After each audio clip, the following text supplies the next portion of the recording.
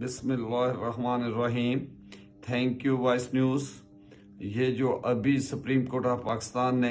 پنجاب اور کے پی کے الیکشن کے سلسلہ میں فیصلہ کیا ہے، میں یہ سمجھتا ہوں یہ انتہائی آئینی طور پر، معاشی اور سیاسی طور پر ملک کے لیے بہت ہی اچھا فیصلہ ہے۔ یہ آئین کی روح کے مطابق ہے۔ سپریم کورٹ آف پاکستان نے 90 ڈیز میں الیکشن کے لیے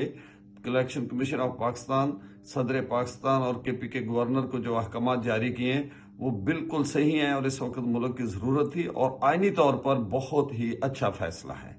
اس کے بعد الیکشن کمیشن آف پاکستان نے صدر پاکستان کو جو مشورہ دیا اور صدر پاکستان نے آج پنجاب صوبائی اسمبلی کے لیے 30 اپریل کی جو ڈیٹ مقرر کی ہے، میں یہ سمجھتا ہوں یہ بھی ایک بہت اچھا فیصلہ ہے۔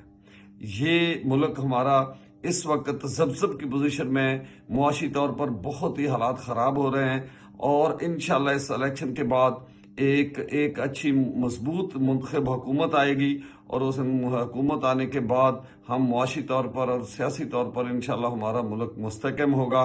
جہاں تک جنگ کا تعلق ہے، انشاءاللہ مجھے کبھی امید ہے کہ میری پارٹی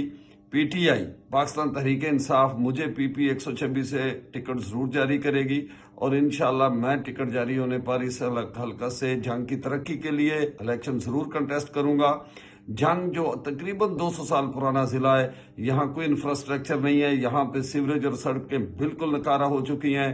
یہاں پہ ایکسپریس کے ساتھ کو ہمارا جو موٹر وے کے ساتھ رابطہ بالکل پراپر نہیں ہے، 30-35 کلومیٹر دور انٹرچینج ہے۔ انشاءاللہ میری کوشش ہوگی کہ ایکسپریس وے سے ہم اس انٹرچینج سے منسلک ہوں، جھنگ کو ڈویژن بنایا جائے، جھنگ میں سیوریج اور